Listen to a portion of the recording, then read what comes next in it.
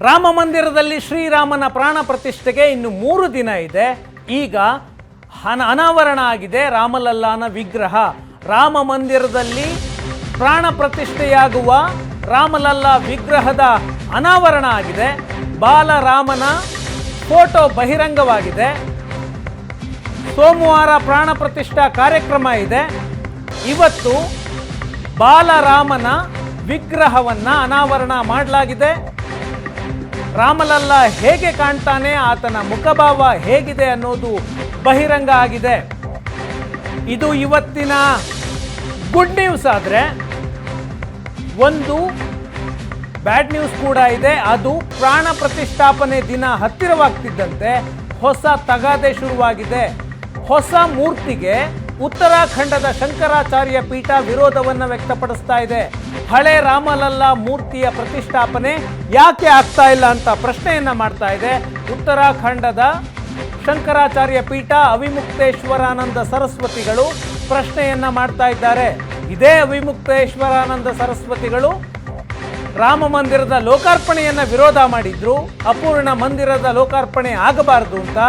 ಈಗ ಹಳೆ ಮೂರ್ತಿ ಯಾಕಿಲ್ಲ, ಹೊಸ ಮೂರ್ತಿ ಯಾಕೆ ಅಂತ ಪ್ರಶ್ನೆಯನ್ನ ಮುಂದಿಡ್ತಿದ್ದಾರೆ. ಈ ಮಧ್ಯೆ ರಾಮಲಲ್ಲಾ ಪ್ರಾಣ ಪ್ರತಿಷ್ಠೆಯನ್ನ ಪ್ರಶ್ನೆ ಮಾಡಿ ಅಲಹಾಬಾದ್ ಹೈಕೋರ್ಟ್ಗೆ ಅರ್ಜಿಯನ್ನು ಸಲ್ಲಿಸಲಾಗಿದೆ. ರಾಮ ಮಂದಿರದಲ್ಲಿ, ಅಪೂರ್ಣ ರಾಮ ಮಂದಿರದಲ್ಲಿ ಪ್ರಾಣ ಪ್ರತಿಷ್ಠೆ ಯಾಕೆ ಅಂತ ಪ್ರಶ್ನೆ ಮಾಡಲಾಗಿದೆ. ಜೊತೆಗೆ ಈ ಪ್ರಾಣ ಪ್ರತಿಷ್ಠೆ ಕಾರ್ಯಕ್ರಮದಲ್ಲಿ ಹಿಂದೂ ವಿಧಿ ವಿಧಾನ ಮತ್ತು ಆಚರಣೆಗಳ ಉಲ್ಲಂಘನೆಯಾಗಿದೆ ಅಂತ ಅರ್ಜಿಯನ್ನು ಸಲ್ಲಿಸಲಾಗಿದೆ. ನಾನು ಉತ್ತರಾಖಂಡದ ಜ್ಯೋತಿರ್ಮಠದ ಅವಿಮುಕ್ತೇಶ್ವರಾನಂದ ಸರಸ್ವತಿಗಳು ಕೊಟ್ಟ ಹೇಳಿಕೆಯೊಂದಿಗೆ ಸುದ್ದಿಯನ್ನು ಆರಂಭ ಮಾಡ್ತೀನಿ. ಅದಕ್ಕೂ ಮೊದಲು ರಾಮಲಲ್ಲಾ ಮೂರ್ತಿಯ ಮುಖಭಾವವನ್ನು ನೋಡ್ತಾ ಇದ್ದೀರಾ. ಕರುನಾಡ ರಾಮ ಅರುಣ್ ಯೋಗಿರಾಜ್ ಮೈಸೂರಿನ ಶಿಲ್ಪಿ ಕೆತ್ತಿದಂತಹ ರಾಮಲಲ್ಲಾನ ಮುಖಭಾವ ಬಹಿರಂಗವಾಗಿದೆ. ನಿನ್ನೆಯಿಂದಲೂ ಕೂಡ ಕಣ್ಣಿಗೆ ಬಟ್ಟೆ ಕಟ್ಟಿದಂತಹ ರಾಮಲಲ್ಲಾನ ಫೋಟೋಗಳು ವೈರಲ್ ಆಗ್ತಾ ಇದ್ವು. ಮಧ್ಯಾಹ್ನದ ನಂತರ ರಾಮಲಲ್ಲಾ ಹೇಗೆ ಕಾಣ್ತಾನೆ ಅನ್ನುವ ಫೋಟೋ ಬಹಿರಂಗ ಆಗಿದೆ. 5 ವರ್ಷದ ಬಾಲರಾಮ ಕೃಷ್ಣ ಶಿಲೆಯಲ್ಲಿ ಕಂಗೊಳಿಸ್ತಾ ಇರುವಂತಹ ಫೋಟೋ. ಇದೇ ಬಾಲರಾಮನಿಗೆ ಸೋಮವಾರ ಪ್ರಾಣ ಪ್ರತಿಷ್ಠೆಯಾಗುತ್ತೆ. ಇನ್ನು ರಾಮ ಮಂದಿರ ಇರುವವರೆಗೂ ಕರುನಾಡ ರಾಮ ಅಯೋಧ್ಯೆಯ ರಾಮ ಜನ್ಮಭೂಮಿಯಲ್ಲಿ ಅಜರಾಮರವಾಗಿರ್ತಾನೆ. ಈಗ ಈ ಹೊಸ ರಾಮಲಲ್ಲಾ ಮೂರ್ತಿಗೆ ಉತ್ತರಾಖಂಡದ ಶಂಕರಾಚಾರ್ಯರು ವಿರೋಧವನ್ನು ವ್ಯಕ್ತಪಡಿಸ್ತಿದ್ದಾರೆ. ಜ್ಯೋತಿರ್ಮಠದ ಅವಿಮುಕ್ತೇಶ್ವರಾನಂದ ಸರಸ್ವತಿಗಳು ಇದನ್ನು ವಿರೋಧ ಮಾಡ್ತಿದ್ದಾರೆ. ಅಯೋಧ್ಯ ಟ್ರಸ್ಟ್ನ ಅಧ್ಯಕ್ಷರಿಗೆ ಪತ್ರ ಬರೆದಿದ್ದಾರೆ. ನೃತ್ಯ ಗೋಪಾಲ್ ದಾಸ್ ಅವರಿಗೆ ಪತ್ರ ಬರೆದು ಹೊಸ ರಾಮಲಲ್ಲಾ ಬಗ್ಗೆ ಅವಿಮುಕ್ತೇಶ್ವರಾನಂದ ಶ್ರೀಗಳು ಪ್ರಶ್ನೆಯನ್ನು ಮಾಡ್ತಾ ಇದ್ದಾರೆ. ಹಳೆ ರಾಮಲಲ್ಲಾ ಏನಾಯಿತು, ಹೊಸ ರಾಮಲಲ್ಲಾ ಮೂರ್ತಿ ಯಾಕೆ ಅಂತ ಶ್ರೀಗಳು ಪ್ರಶ್ನೆಯನ್ನು ಮಾಡ್ತಾ ಇದ್ದಾರೆ. ಯಾಕೆ ಅನಿವಾರ್ಯ, ಯಾಕೆ ಹೊಸ ರಾಮಲಲ್ಲಾದು ಅಂತ. ಇದೇ ಅವಿಮುಕ್ತೇಶ್ವರಾನಂದ ಶ್ರೀಗಳು ರಾಮಲಲ್ಲಾ ಲೋಕಾರ್ಪಣೆ ಶಾಸ್ತ್ರಗಳಿಗೆ ವಿರುದ್ಧ ಆಗ್ತಿದೆ ಅಂತ ಆಕ್ಷೇಪವನ್ನು ವ್ಯಕ್ತಪಡಿಸಿದ್ರು. ಇವರ ಹೇಳಿಕೆಯನ್ನು ಮುಂದಿಟ್ಟುಕೊಂಡು ಒಂದಷ್ಟು ರಾಜಕೀಯ ಪಕ್ಷಗಳು ತಮ್ಮ ಬೇಳೆಯನ್ನು ಬೇಯಿಸಿಕೊಳ್ಳುವಂತಹ ಪ್ರಯತ್ನಗಳನ್ನು ಮಾಡಿದ್ವು. ದೇಶದ ಸಾವಿರಾರು ಸಂತರು ರಾಮಲಲ್ಲಾ ರಾಮ ಜನ್ಮಭೂಮಿಯಲ್ಲಿ ರಾಮ ಮಂದಿರದ ಲೋಕಾರ್ಪಣೆಯನ್ನು ಬೆಂಬಲಿಸಿದ್ದಾರೆ. ಬೆರಳೆಣಿಕೆಯ ಮಂದಿಯಷ್ಟೇ ವಿರೋಧ ಇದೆ. ಅದರಲ್ಲಿ ಇವರದ್ದು ಒಂದು. ಉತ್ತರಾಖಂಡದ ಜ್ಯೋತಿರ್ಮಠದ ಶಂಕರಾಚಾರ್ಯರು, ಉಳಿದ ಮತ್ತೊಂದು ಪುರಿಯ ಗೋವರ್ಧನ ಪೀಠದ ಶಂಕರಾಚಾರ್ಯರಿಂದ ವಿರೋಧ, ಮತ್ತೆರಡು ಶಂಕರಾಚಾರ್ಯ ಪೀಠಗಳಿಂದ ರಾಮ ಮಂದಿರದ ಪರವಾಗಿ ಹೇಳಿಕೆಯನ್ನು ಈಗಾಗಲೇ ಕೊಟ್ಟಿದ್ದಾರೆ, ಇನ್ಕ್ಲೂಡಿಂಗ್ ನಮ್ಮ ಶೃಂಗೇರಿಯ ಶಾರದಾ ಪೀಠ. ಅವಿಮುಕ್ತೇಶ್ವರಾನಂದ ಶ್ರೀಗಳು ಏನು ಹೇಳ್ತಿದ್ದಾರೆ? ಹೊಸ ರಾಮಲಲ್ಲಾ ವಿಗ್ರಹ ಪ್ರಾಣ ಪ್ರತಿಷ್ಠೆಯಾಗಲಿದೆ ಎನ್ನಲಾಗ್ತಿದೆ. ಈ ರೀತಿಯ ಸುದ್ದಿಗಳು ಬರ್ತಿವೆ. ಟ್ರಕ್ ಮೂಲಕ ಹೊಸ ಮೂರ್ತಿ ತಂದ ದೃಶ್ಯವನ್ನು ನಾನು ನೋಡಿದ್ದೀನಿ ಮಾಧ್ಯಮಗಳಲ್ಲಿ. ಹೊಸ ಮೂರ್ತಿ ಸ್ಥಾಪನೆ ಯಾಕೆ? ಹಳೆ ರಾಮಲಲ್ಲಾ ಮೂರ್ತಿ ಏನಾಯಿತು? ರಾಮಲಲ್ಲಾ ವಿರಾಜ್ಮಾನ್ಗೆ ಮಂದಿರ ಕಟ್ಟುತ್ತೇವೆ ಎಂದಿದ್ದೀರಿ, ಆದರೆ ಅಪೂರ್ಣ ಗರ್ಭಗುಡಿಯಲ್ಲಿ ಹೊಸ ಮೂರ್ತಿಯ ಪ್ರಾಣ ಪ್ರತಿಷ್ಠೆ ಯಾಕೆ ಆಗ್ತಾ ಇದೆ? ಹಳೆಯ ರಾಮಲಲ್ಲಾ ಮೂರ್ತಿಯನ್ನು ಪಕ್ಕಕ್ಕಿಟ್ಟಿದ್ದೀರಾ ಅಥವಾ ನಿರ್ಲಕ್ಷ್ಯ ಮಾಡಿದ್ದೀರಾ? 1949ರಲ್ಲಿ ಪ್ರಕಟವಾದ ರಾಮಲಲ್ಲಾ ಮೂರ್ತಿ ಏನಾಯಿತು? ಇಷ್ಟು ವರ್ಷ ಬಿಸಿಲು ಮಳೆ ಚಳಿ ಲೆಕ್ಕಿಸದೆ ಟೆಂಟ್ನಲ್ಲಿದ್ದ ರಾಮಲಲ್ಲ ಏನಾದ? ಹೊಸ ಮೂರ್ತಿಗೆ ಪ್ರಾಣ ಪ್ರತಿಷ್ಠಾಪನೆ ಮಾಡ್ತಿರೋದು ಮೂಲ ಮೂರ್ತಿಗೆ ಅಗೌರವವನ್ನು ತೋರಿದಂತೆ. ಇದು ಅವಿಮುಕ್ತೇಶ್ವರಾನಂದ ಸರಸ್ವತಿಗಳು ಕೊಟ್ಟಂತಹ ಹೇಳಿಕೆ. ಈ ಹೇಳಿಕೆಯನ್ನು ಅವಿಮುಕ್ತೇಶ್ವರಾನಂದ ಶ್ರೀಗಳು ಕೊಟ್ಟವರಲ್ಲಿ ಮೊದಲಿಗರಲ್ಲ. ಈ ಹೇಳಿಕೆಯನ್ನು 2 ವಾರಗಳ ಹಿಂದೆ ಕಾಂಗ್ರೆಸ್ನ ನಾಯಕ ದಿಗ್ವಿಜಯ್ ಸಿಂಗ್ ಇದೇ ರೀತಿಯ ಹೇಳಿಕೆಯನ್ನು ಕೊಟ್ಟಿದ್ದರು. ಹೊಸ ರಾಮಲಲ್ಲ ಯಾಕೆ? ರಾಮಲಲ್ಲ ವಿಷಯದಲ್ಲಿ ಇಷ್ಟೆಲ್ಲ ಸಂಘರ್ಷ ಆಗಿದೆ, ಆ ಮೂರ್ತಿ ಎಲ್ಲಿ? ಹಳೆಯ ರಾಮಲಲ್ಲ ಮೂರ್ತಿಯ ಪ್ರಾಣ ಪ್ರತಿಷ್ಠೆ ಯಾಕೆ ಆಗ್ತಾ ಇಲ್ಲ? ಹೊಸ ರಾಮಲಲ್ಲ ಮೂರ್ತಿಯ ಅವಶ್ಯಕತೆ ಏನಿದೆ ಅಂತ ದಿಗ್ವಿಜಯ್ ಸಿಂಗ್ ಕಾಂಗ್ರೆಸ್ನ ನಾಯಕ 2 ವಾರಗಳ ಹಿಂದೆ ಪ್ರಶ್ನೆಯನ್ನು ಎತ್ತಿದ್ರು. ಅದಾದ ನಂತರ ಈಗ ಅವಿಮುಕ್ತೇಶ್ವರಾನಂದ ಸರಸ್ವತಿಗಳು ದಿಗ್ವಿಜಯ್ ಸಿಂಗ್ ಅವರ ಪ್ರಶ್ನೆಯನ್ನೇ ಯಥಾವತ್ತಾಗಿ ಇವತ್ತು ಕೇಳ್ತಿದ್ದಾರೆ. ಇನ್ನು 3 ದಿನ ಪ್ರಾಣ ಪ್ರತಿಷ್ಠೆಗೆ ಬಾಕಿ ಇರುವಂತೆ ಪ್ರಶ್ನೆಯನ್ನು ಎತ್ತುತ್ತಾ ಇದ್ದಾರೆ. ಹಾಗಿದ್ರೆ ಹೊಸ ರಾಮಲಲ್ಲ ಮೂರ್ತಿ ಯಾಕೆ ಮಾಡ್ತಾ ಇದ್ದಾರೆ? ಇವರು ಪ್ರಶ್ನೆ ಮಾಡ್ತಿರುವಂತಹ ರಾಮಲಲ್ಲ ಮೂರ್ತಿ ಈಗಲೂ ಅಯೋಧ್ಯೆಯಲ್ಲೇ ಇದೆ, ರಾಮ ಜನ್ಮಭೂಮಿಯಲ್ಲೇ ಇದೆ. ಅದು 1949 ಡಿಸೆಂಬರ್ನಲ್ಲಿ ಒಂದು ರಾತ್ರಿ ರಾಮನ ಭಕ್ತರು ಅವತ್ತಿಗಿದ್ದಂತಹ ವಿವಾದಿತ ಮಸೀದಿಯ ಮಧ್ಯದ ಡೋಮ್ನ ಕೆಳಭಾಗದಲ್ಲಿ ಇಟ್ಟಿದ್ರು. ಅವತ್ತಿನಿಂದ ಆ ಭಾಗಕ್ಕೆ ಬೀಗ ಹಾಕಲಾಯಿತು. ಮುಸ್ಲಿಮರು ಅವತ್ತಿಂದ ಅಲ್ಲಿ ನಮಾಜ್ ಮಾಡೋದನ್ನು ನಿಲ್ಲಿಸಿದ್ರು. ಮೂರ್ತಿ ಪೂಜೆ ಆಗ್ತಾ ಇದೆ ಎನ್ನುವ ಕಾರಣಕ್ಕಾಗಿ 100 ವರ್ಷಗಳ ಕಾಲ ನಮ್ಮಿಂದ ಕಿತ್ತುಕೊಂಡಿದ್ದ ಆ ರಾಮ ಜನ್ಮಭೂಮಿಯನ್ನು ವಾಪಸ್ ಪಡೆಯುವ ಭಾಗವಾಗಿ ಅಲ್ಲಿ ರಾಮಲಲ್ಲ ಮೂರ್ತಿಯನ್ನು ಪ್ರತಿಷ್ಠಾಪನೆ ಮಾಡಲಾಗಿತ್ತು. ರಾತ್ರೋರಾತ್ರಿ ರಾಮಲಲ್ಲ ಪ್ರಕಟ್ ಹೂವ ಅಂತ ಇಡೀ ಉತ್ತರ ಪ್ರದೇಶ ಮತ್ತು ದೇಶಾದ್ಯಂತ ಪ್ರಚಾರ ಮಾಡಲಾಯಿತು.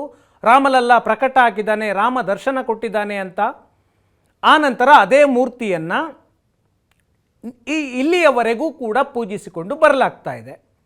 ಈಗ ಹೊಸ ರಾಮಲಲ್ಲ ಮೂರ್ತಿ ಯಾಕೆ ಅನ್ನೋದರ ಬಗ್ಗೆ 1 ವರ್ಷದ ಹಿಂದೆಯೇ ಸ್ಪಷ್ಟನೆಯನ್ನು ಕೊಟ್ಟಿದೆ ಅಯೋಧ್ಯೆಯ ಟ್ರಸ್ಟ್.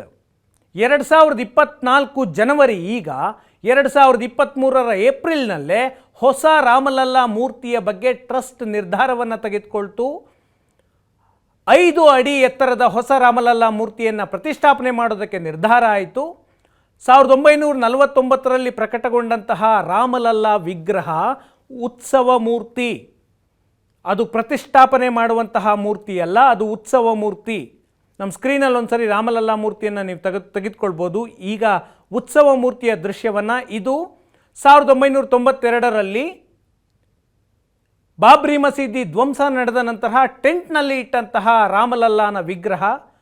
43 ವರ್ಷಗಳ ಕಾಲ ವಿವಾದಿತ ಬಾಬ್ರಿ ಮಸೀದಿಯಲ್ಲಿ ರಾಮಲಲ್ಲ ಮೂರ್ತಿ ಇತ್ತು. ಬಾಬ್ರಿ ಮಸೀದಿ ಧ್ವಂಸದ ನಂತರ 18 ವರ್ಷಗಳ ಕಾಲ ಟೆಂಟ್ನಲ್ಲಿ ರಾಮಲಲ್ಲ ಮೂರ್ತಿ ಇತ್ತು.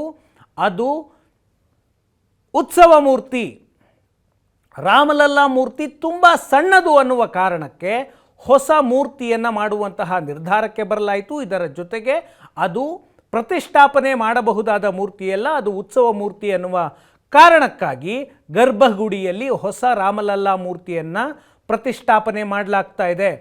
ಟ್ರಸ್ಟ್ ಇದರ ಬಗ್ಗೆ ಒಂದು ಸ್ಪಷ್ಟನೆಯನ್ನು 1 ವರ್ಷದ ಹಿಂದೆಯೇ ಕೊಟ್ಟಿತ್ತು. ಯಾಕೆ ಹೊಸ ರಾಮಲಲ್ಲ ಮೂರ್ತಿ ಅನ್ನೋದರ ಸ್ಪಷ್ಟನೆ 1949 ಪ್ರಕಟಗೊಂಡ ರಾಮಲಲ್ಲ ಉತ್ಸವ ಮೂರ್ತಿ. ಅದು ಉತ್ಸವ ಮೂರ್ತಿಯನ್ನು ಪ್ರಾಣ ಪ್ರತಿಷ್ಠೆ ಮಾಡೋದಕ್ಕೆ ಸಾಧ್ಯ ಇಲ್ಲ. ಪ್ರಾಣ ಪ್ರತಿಷ್ಠೆ ಮಾಡುವ ಮೂರ್ತಿ ನಿಗದಿತ ಸ್ಥಳದಲ್ಲೇ ಇರಬೇಕು. ಉತ್ಸವ ಮೂರ್ತಿಯನ್ನು ಗರ್ಭಗುಡಿಯಲ್ಲೇ ಇಡಲಾಗುತ್ತೆ. ಉತ್ಸವ ಮೂರ್ತಿಯನ್ನು ಮೆರವಣಿಗೆ ಯಾತ್ರೆಗಳಿಗೆ ಬಳಸಿಕೊಳ್ಳಲಾಗುತ್ತೆ. ಹೊಸ ಮೂರ್ತಿ, ಹೊಸ ವಿಗ್ರಹ 19 ಅಡಿ ದೂರದಿಂದ ನೋಡಿದರೂ ಕೂಡ ಕಾಲಿನಿಂದ ತಲೆಯವರೆಗೆ ಸ್ಪಷ್ಟವಾಗಿ ಕಾಣುತ್ತದೆ. ಹಳೆಯ ಉತ್ಸವ ಮೂರ್ತಿ ಇರೋದು ಕೇವಲ 6 ಇಂಚು ಮಾತ್ರ. ಉತ್ಸವ ಮೂರ್ತಿಗೂ ಪ್ರಾಣ ಪ್ರತಿಷ್ಠೆಯಾಗುವ ಮೂರ್ತಿಗೂ ವ್ಯತ್ಯಾಸ ಇದೆ. ಇದು ಅಯೋಧ್ಯೆಯ ಟ್ರಸ್ಟ್ ಕೊಟ್ಟಂತಹ ಸ್ಪಷ್ಟನೆ 1 ವರ್ಷದ ಹಿಂದೆ. 1 ವರ್ಷ ಆದ ನಂತರ ಅವಿಮುಕ್ತೇಶ್ವರಾನಂದ ಶ್ರೀಗಳಿಗೆ, ಅವಿಮುಕ್ತೇಶ್ವರಾನಂದ ಸರಸ್ವತಿಗಳಿಗೆ ಡೌಟ್ ಬಂದಿದೆ. ಯಾಕೆ ಹಳೆಯ ಮೂರ್ತಿಯನ್ನು ಪ್ರಾಣ ಪ್ರತಿಷ್ಠೆ ಮಾಡ್ತಾ ಇಲ್ಲ? ನೀವು ಯಾವುದೇ ದೇವಸ್ಥಾನಕ್ಕೆ ಹೋಗಿ ಮೂಲ ವಿಗ್ರಹ ಒಂದಿರುತ್ತೆ, ಉತ್ಸವ ಮೂರ್ತಿ ಒಂದಿರುತ್ತೆ. 1528 ಬಾಬರ್ ರಾಮ ಮಂದಿರವನ್ನು ನಾಶ ಮಾಡಿದಾಗ ಅಲ್ಲಿದ್ದ ಮೂಲ ಮೂರ್ತಿ ಏನಾಯಿತು ಅನ್ನೋದು ಯಾರಿಗೂ ಗೊತ್ತಿಲ್ಲ. ವಿವಾದ 500 ವರ್ಷಗಳ ಹಿಂದಕ್ಕೆ ಹೋಗುತ್ತೆ. 1949ರಲ್ಲಿ ಆ ವಿವಾದಿತ ಮಸೀದಿಯ ಮಧ್ಯಭಾಗದ ಡೋಮ್ ಕೆಳಗಡೆ ರಾಮಲಲ್ಲಾ ಮೂರ್ತಿಯನ್ನು ಇಡಲಾಯಿತು. 6 ಇಂಚು ಎತ್ತರದ ಮೂರ್ತಿ. ಇದೇ ಮೂರ್ತಿಯನ್ನು ಇವತ್ತಿಗೂ ಇದೇ ಮೂರ್ತಿಯನ್ನು ಪೂಜೆ ಮಾಡಲಾಗುತ್ತೆ. ಹೊಸ ರಾಮಲಲ್ಲಾ ಮೂರ್ತಿಯ ಪ್ರಾಣ ಪ್ರತಿಷ್ಠೆಯಾದ ನಂತರವೂ ಉತ್ಸವ ಮೂರ್ತಿ ಗರ್ಭಗುಡಿಯಲ್ಲೇ ಇರುತ್ತೆ. ಇಷ್ಟು ತಗಾದೆಯನ್ನು ಯಾಕೆ ಪ್ರಶ್ನೆ ಮಾಡ್ತಿದ್ದಾರೆ ಅಂತ ಗೊತ್ತಿಲ್ಲ. ಹಳೆ ರಾಮಲಲ್ಲಾ ಏನಾಯಿತು, ಹೊಸ ರಾಮಲಲ್ಲಾ ಯಾಕೆ ಅಂತ 1 ವರ್ಷದ ಹಿಂದೆಯೇ ನಿರ್ಧಾರ ಆಗಿದೆ. ಟ್ರಸ್ಟ್ನ ಎಲ್ಲ ಸದಸ್ಯರು ಸರ್ವಸಮ್ಮತವಾಗಿ ನಿರ್ಧಾರವನ್ನು ತೆಗೆದುಕೊಂಡಿದ್ದಾರೆ. ಇದಕ್ಕೆ ಯಾರ ಆಕ್ಷೇಪ ಆಗಿನಿಂದಲೂ ಇಲ್ಲ, ಈಗಲೂ ಇಲ್ಲ. ಆದರೆ ಮಂದಿರ ಲೋಕಾರ್ಪಣೆಯನ್ನೇ ಅಪೂರ್ಣ ಮಂದಿರದ ಹೆಸರಲ್ಲಿ ವಿರೋಧ ಮಾಡ್ತಿರುವಂತಹ ಅವಿಮುಕ್ತೇಶ್ವರಾನಂದ ಶ್ರೀಗಳು ಇವತ್ತು ಈ ಕಾರಣವನ್ನು ಕೊಡ್ತಾ ಇದ್ದಾರೆ. ಹಳೆ ರಾಮಲಲ್ಲಾ ಏನಾಯಿತು ಅಂತ. ಇದರ ಜೊತೆಗೆ ಇದೇ ಶಂಕರಾಚಾರ್ಯರ ಹೇಳಿಕೆಗಳನ್ನು ಆಧಾರವಾಗಿಟ್ಕೊಂಡು ಕೋರ್ಟ್ಗೆ ಒಂದು ಅರ್ಜಿಯನ್ನು ಸಲ್ಲಿಸಲಾಗಿದೆ. ಗಾಜಿಯಾಬಾದ್ನ ಒಬ್ಬ ವ್ಯಕ್ತಿ ಶ್ರೀರಾಮನ ಪ್ರಾಣ ಪ್ರತಿಷ್ಠೆಯನ್ನು ಪ್ರಶ್ನೆ ಮಾಡಿ ಅರ್ಜಿ ಸಲ್ಲಿಸಿದ್ದಾರೆ. ಹಿಂದೂ ಆಚರಣೆಗಳಿಗೆ ವಿರುದ್ಧವಾಗಿ ಶ್ರೀರಾಮನ ಪ್ರಾಣ ಪ್ರತಿಷ್ಠೆ ಆಗ್ತಾ ಇದೆ. ಹಿಂದೂ ಧರ್ಮದಲ್ಲಿ ಪುಷ್ಯ ಮಾಸದಲ್ಲಿ ಧಾರ್ಮಿಕ ಕಾರ್ಯಗಳನ್ನು ಮಾಡುವಂತಿಲ್ಲ. ಅಪೂರ್ಣ ಮಂದಿರದಲ್ಲಿ ಪ್ರಾಣ ಪ್ರತಿಷ್ಠೆ ಮಾಡಬಾರ್ದು. 4 ಶಂಕರಾಚಾರ್ಯ ಪೀಠಗಳು ಕಾರ್ಯಕ್ರಮದಿಂದ ದೂರ ಉಳಿದಿವೆ ಅಂತ ಅರ್ಜಿಯನ್ನು ಸಲ್ಲಿಸಲಾಗಿದೆ. 4 ಶಂಕರಾಚಾರ್ಯ ಪೀಠಗಳಿಂದ ವಿರೋಧ ಇಲ್ಲ, ಇರೋದು 2 ಪೀಠಗಳಿಂದ ಮಾತ್ರ. ಅಪೂರ್ಣ ಮಂದಿರದ ಆರೋಪವನ್ನು ಎಲ್ಲರೂ ಮಾಡ್ತಾ ಇದ್ದಾರೆ. ಅದೊಂದು ರಾಜಕೀಯ ಷಡ್ಯಂತ್ರ. ಯಾಕೆ ಅನ್ನೋದನ್ನು ನಾನು ಮೊನ್ನೆ ನ್ಯೂಸ್ 360ಯಲ್ಲಿ ವಿವರಿಸಿದ್ದೆ. ಇವತ್ತು ಕೂಡ ಅದನ್ನು ಹೇಳ್ತೀನಿ. ಆಗಸ್ಟ್ 5, 2020 ಅಯೋಧ್ಯೆಯಲ್ಲಿ ಮಂದಿರಕ್ಕೆ ಭೂಮಿ ಪೂಜೆ ಆಯಿತು. 2022, 2024 ಜನವರಿ 22, 2024 ಶ್ರೀರಾಮನಿಗೆ ಪ್ರಾಣ ಪ್ರತಿಷ್ಠೆ ಆಗ್ತಾ ಇದೆ. ಅಪೂರ್ಣ ಮಂದಿರ ಅಂತ ಹೇಳ್ತಾ ಇದ್ದಾರೆ. ಇದೇ ವಿಷಯ ಸೋಮನಾಥ ವಿಷಯದಲ್ಲಿ ಏನಾಗಿತ್ತು? 1951ನೇ ತಾರೀಕು ಮೇ 11 ಸೋಮನಾಥ ದೇಗುಲದಲ್ಲಿ ಪ್ರಾಣ ಪ್ರತಿಷ್ಠೆ ಆಗುತ್ತೆ. ಸೋಮನಾಥ ದೇಗುಲ ನಿರ್ಮಾಣ ಕಾರ್ಯ ಪೂರ್ಣ ಆಗಿರೋದಿಲ್ಲ. ಪೂರ್ಣ ಆಗೋದು 1965ಕ್ಕೆ. ಅಂದರೆ ಗರ್ಭಗುಡಿ ನಿರ್ಮಾಣವಾದಂತಹ 14 ವರ್ಷಗಳ ನಂತರ ಇಡೀ ದೇವಸ್ಥಾನ ಪೂರ್ಣ ಆಗುತ್ತೆ. ಆದರೆ 14 ವರ್ಷಕ್ಕೆ ಮೊದಲೇ ಅಲ್ಲಿ ಪ್ರಾಣ ಪ್ರತಿಷ್ಠೆಯನ್ನು ಮಾಡಲಾಗಿರುತ್ತೆ ಜ್ಯೋತಿರ್ಲಿಂಗವನ್ನು. ಇದೇ ವಿಷಯ ಕೃಷ್ಣನ ದೇಗುಲದ ವಿಷಯಕ್ಕೆ ಬಂದರೆ, ಕೃಷ್ಣ ಜನ್ಮಭೂಮಿ ಮಥುರಾದಲ್ಲಿ 1958 ಸೆಪ್ಟೆಂಬರ್ 6ನೇ ತಾರೀಕು ಮಥುರಾದಲ್ಲಿ ಕೇಶವದೇವನ ದೇವಸ್ಥಾನದಲ್ಲಿ ಶ್ರೀಕೃಷ್ಣನಿಗೆ ಪ್ರಾಣ ಪ್ರತಿಷ್ಠೆಯನ್ನು ಮಾಡಲಾಗುತ್ತೆ 1958 ಸೆಪ್ಟೆಂಬರ್ 6ಕ್ಕೆ. ಆದರೆ ದೇವಸ್ಥಾನ ಪೂರ್ಣ ಆಗೋದು 1982ಕ್ಕೆ. ಅಂದರೆ 24 ವರ್ಷಗಳ ನಂತರ, ಪ್ರಾಣ ಪ್ರತಿಷ್ಠೆಯಾದ 24 ವರ್ಷಗಳ ನಂತರ ಕೇಶವದೇವನ ದೇವಸ್ಥಾನ ಮಥುರಾದಲ್ಲಿ ಪೂರ್ಣ ಆಗುತ್ತೆ. ಅಂದರೆ ಅಪೂರ್ಣ ಮಂದಿರ ಅಂತ ಹೇಳ್ತಿರೋದು ಒಂದು ಷಡ್ಯಂತರ, ರಾಮ ಜನ್ಮಭೂಮಿಯ ಆಂದೋಲನದ ವಿರುದ್ಧ ಅನ್ನೋದು ಈ ವಿವರವನ್ನು ನೋಡಿದರೆ ಸ್ಪಷ್ಟ ಆಗುತ್ತೆ. ಎಲ್ಲರೂ ಕೊನೆಯ ಹಂತದಲ್ಲಿ ಇನ್ನೇನು ಒಳ್ಳೆಯ ಕೆಲಸ ಆಗ್ತಾ ಇದೆ, ಅಂತಿಮ ಹಂತಕ್ಕೆ ಬಂದಿದೆ ಅಂದುವಾಗ ಬೇರೆ ಬೇರೆ ಕಾರಣಗಳನ್ನು ಮುಂದಿಟ್ಟುಕೊಂಡು ರಾಮ ಮಂದಿರವನ್ನು, ಶ್ರೀರಾಮನ ಮೇಲಿನ ಭಕ್ತಿಯನ್ನು, ನಂಬಿಕೆಯನ್ನು ಭಂಜಿಸುವ ಕೆಲಸವನ್ನು ಮಾಡ್ತಿದ್ದಾರೆ. 1528ರಲ್ಲಿ ಬಾಬರ್ ಅಯೋಧ್ಯೆಯ ಮೇಲೆ ದಾಳಿ ಮಾಡಿ ಅಲ್ಲಿ ಮಂದಿರವನ್ನು ನಾಶ ಮಾಡ್ದ. ಆ ಮಂದಿರದ ಅವಶೇಷಗಳ ಮೇಲೆ ಮಸೀದಿ ನಿರ್ಮಾಣ ಮಾಡ್ದ. 1850ರವರೆಗೂ ಆ ಮಸೀದಿಯನ್ನು ಜನ್ಮಸ್ಥಾನ್ ಮಸೀದಿ ಅಂತ ಕರೀತಿದ್ರು. ಆ ನಂತರ ಅದಕ್ಕೆ ಬಾಬ್ರಿ ಮಸೀದಿ ಅನ್ನುವ ಹೆಸರು ಬಳಕೆಗೆ ಬರುತ್ತೆ. ಸಾವಿರಾರು ವರ್ಷಗಳಿಂದ ಭಾರತೀಯರ ಸಾಂಸ್ಕೃತಿಕ, ಧಾರ್ಮಿಕ ಮತ್ತು ಆಧ್ಯಾತ್ಮಿಕತೆಯ ಸಂಕೇತ ಆಗಿತ್ತು ರಾಮ ಮಂದಿರ. ಆ ರಾಮ ಮಂದಿರವನ್ನು ನಾಶ ಮಾಡಿ ಕೋಟ್ಯಂತರ ಹಿಂದೂಗಳ ನಂಬಿಕೆಗಳನ್ನು ಭಂಜಿಸಿ ಭಾರತದಲ್ಲಿ ಮೊಘಲ್ ಸಾಮ್ರಾಜ್ಯವನ್ನು ಸ್ಥಾಪನೆ ಮಾಡಿದ್ದ ಬಾಬರ್. ಇವನ ನಂತರ ಬಂದ ಅನೇಕ ಮೊಘಲ್ ದೊರೆಗಳು, ಬಾಬರ್ನ ನಂತರ ಬಂದ ಅನೇಕ ಮೊಘಲ್ ದೊರೆಗಳು ದೇಶಾದ್ಯಂತ ಲಕ್ಷಾಂತರ ಹಿಂದೂ ದೇವಸ್ಥಾನಗಳನ್ನು ನಾಶ ಮಾಡಿದ್ರು, ಲೂಟಿ ಮಾಡಿದ್ರು. ಶ್ರೀರಾಮಚಂದ್ರ ಹುಟ್ಟಿದ ಜಾಗದಲ್ಲಿ ಇವತ್ತು ರಾಮ ಮಂದಿರ ತಲೆ ಎತ್ತುತ್ತಿದೆ. ಶ್ರೀರಾಮ ಕೋಟ್ಯಂತರ ಭಾರತೀಯರ ಪಾಲಿಗೆ ಅಸ್ಮಿತೆ, ನಂಬಿಕೆ, ಆದರ್ಶ, ಭಕ್ತಿ. ಅದಕ್ಕೆ ಇವತ್ತು ರಾಮ ಮಂದಿರದ ನಿರ್ಮಾಣವನ್ನು, ಲೋಕಾರ್ಪಣೆಯನ್ನು ರಿನೈಸೆನ್ಸ್ ಆಫ್ ಹಿಂದೂ ಕಲ್ಚರ್ ಅಂತ ಕರೀತಿದ್ದಾರೆ, ರಿನೈಸೆನ್ಸ್ ಆಫ್ ಇಂಡಿಯನ್ ಕಲ್ಚರ್ ಅಂತ, ಭಾರತೀಯ ಸಂಸ್ಕೃತಿಯ ಪುನರುತ್ಥಾನ ಅಂತ ಈ ಜಗತ್ತು ಇದನ್ನು ನೋಡ್ತಾ ಇದೆ. ಯಾವುದೇ ಹೋರಾಟ ಸಂಘರ್ಷ 10-20 ವರ್ಷ ನಡೆದ್ರದ್ದು ದೊಡ್ಡದು, 50 ವರ್ಷ ನಡೆದ್ರದ್ದು ಇನ್ನೂ ದೊಡ್ಡದು. ಆದರೆ ರಾಮ ಮಂದಿರಕ್ಕಾಗಿ ನಡೆದಂತಹ ಸಂಘರ್ಷ 496 ವರ್ಷಗಳದ್ದು. ಶ್ರೀರಾಮನ ಮೇಲಿದ್ದ ನಂಬಿಕೆ ಭಕ್ತಿಯ ಕಾರಣಕ್ಕೆ ಈ ಹೋರಾಟ ತಲೆಮಾರುಗಳ ಕಾಲ ಮುಂದುವರೆದುಕೊಂಡು ಬಂತು. ಸಾಮಾನ್ಯವಾಗಿ 20-25 ವರ್ಷವನ್ನು ಒಂದು ತಲೆಮಾರು ಅಂತ ಭಾವಿಸಲಾಗುತ್ತೆ. ಅಂದರೆ ಶ್ರೀರಾಮನಿಗಾಗಿ 20 ತಲೆಮಾರುಗಳ ಕಾಲ ನಿರಂತರವಾದ ಹೋರಾಟ ನಡೆದಿದೆ. ಶ್ರೀರಾಮನ ವಿಷಯದಲ್ಲಿ, ರಾಮ ಜನ್ಮಭೂಮಿ ವಿವಾದದ ವಿಷಯದಲ್ಲಿ ಮೊದಲ ಕೇಸ್ ದಾಖಲಾಗಿದ್ದು 1858ರಲ್ಲಿ. ಅಲ್ಲಿಂದ ಇಲ್ಲಿವರೆಗೆ ಅದೆಷ್ಟು ಹೋರಾಟಗಳಾಗಿದೆ, ಅದೆಷ್ಟು ಬಲಿದಾನಗಳಾಗಿದ್ದಾವೆ. ಈಗ ಎಲ್ಲ ಮುಗಿದು ಶ್ರೀರಾಮ 496 ವರ್ಷಗಳ ನಂತರ ತನ್ನ ಸ್ಥಾನಕ್ಕೆ ಮರಳ್ತಾ ಇದ್ದಾನೆ. ಇಂಥ ಸಂದರ್ಭದಲ್ಲಿ ತಲೆಗೊಬ್ಬರಂತೆ ಮಾತಾಡ್ತಿದ್ದಾರೆ. ಎಲೆಕ್ಷನ್ನು, ರಾಜಕೀಯ, ಅಪೂರ್ಣ ಮಂದಿರ, ಹೊಸ ಮೂರ್ತಿ, ಹಳೆ ಮೂರ್ತಿ, ಇಂಥ ಹೇಳಿಕೆಗಳು, ಇಂಥ ಮಾತುಗಳು ಹೊಸದೇನಲ್ಲ.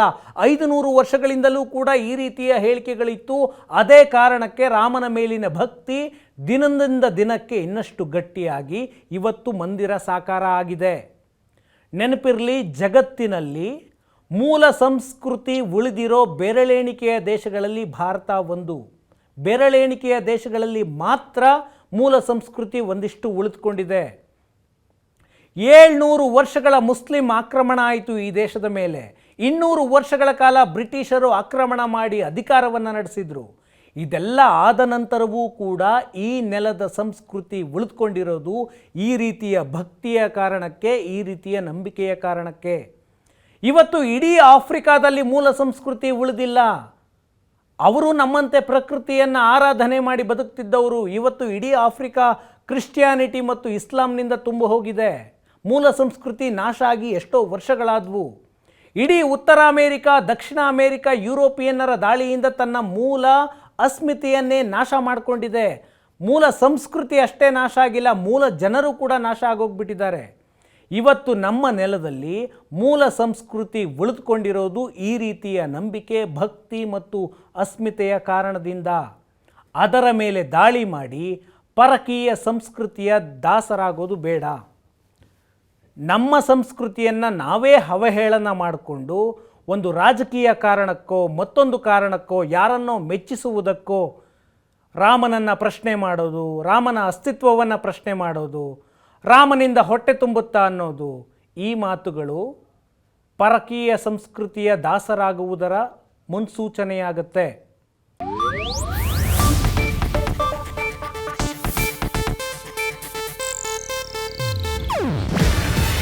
ಇದು ಏಷ್ಯಾನೆಟ್ ನ್ಯೂಸ್ ನೆಟ್ವರ್ಕ್ ಪ್ರಸ್ತುತಿ. ನೀವು ನೋಡ್ತಿದ್ದೀರಾ ಏಷ್ಯಾನೆಟ್ ಸುವರ್ಣ ನ್ಯೂಸ್.